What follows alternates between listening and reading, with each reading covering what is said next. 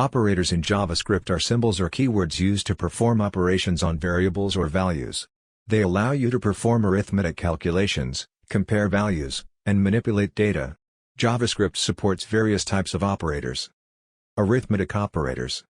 Arithmetic operators perform basic mathematical operations.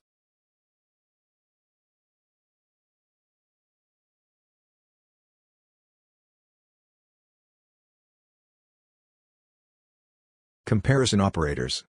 Comparison operators compare values and return a Boolean true or false result.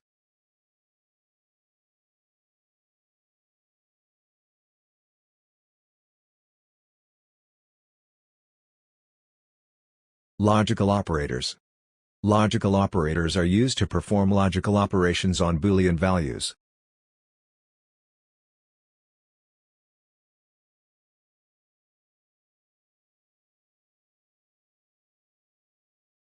Assignment operators.